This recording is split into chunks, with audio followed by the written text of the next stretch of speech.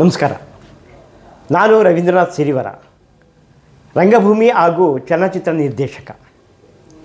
ಗೆಳೆಯರೆ, ನಿಮಗೆಲ್ಲ ಒಂದು ಸಂತೋಷ ಸುದ್ದಿ. ಫೆಬ್ರವರಿ 10, 11 ಬೆಂಗಳೂರಿನಲ್ಲಿ ಇಂಡಿಯನ್ ಲೈಬ್ರರಿ ಕಾಂಗ್ರೆಸ್ ಸಮಾವೇಶ ನಡೀತಾ ಇದೆ. ಪುಸ್ತಕ ಪ್ರೀತಿ ಇರುವಂತಹ ಪ್ರತಿಯೊಬ್ಬರಿಗೂ ಇದೊಂಥರ ಹಬ್ಬ ಇದ್ದಾಗೆ.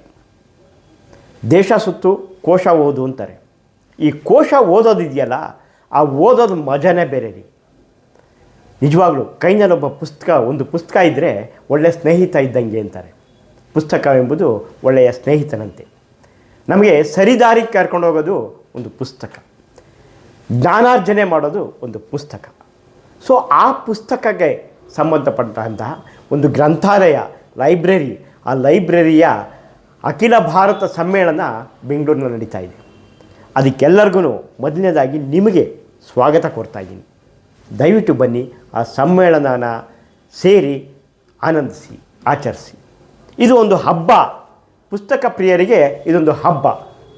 ಈ ಸಮ್ಮೇಳನದಲ್ಲಿ ಒಂದು ಚರ್ಚೆ ಇರುತ್ತೆ.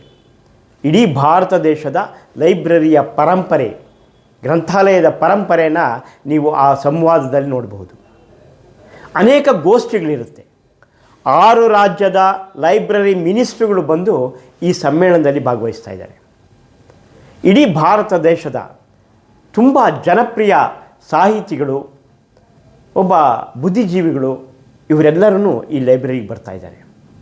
ಅಷ್ಟೇ ಅಲ್ಲ, ಗ್ರಾಮೀಣ ಪ್ರದೇಶದಿಂದ, ಗ್ರಾಮೀಣ ಲೈಬ್ರರಿ ಇದೆಯಲ್ಲ, ಗ್ರಾಮೀಣ ಗ್ರಂಥಾಲಯದ ಪ್ರತಿನಿಧಿಗಳು ಈ ಲೈಬ್ರರಿ ಸಮ್ಮೇಳನಕ್ಕೆ ಬರ್ತಾ ಇದ್ದಾರೆ. ಅದಕ್ಕೆ ನೀವು ಬನ್ನಿ, ಪಾಲ್ಗೊಳ್ಳಿ. ಖಂಡಿತ ಬರ್ತೀರಲ್ಲ? Thank you.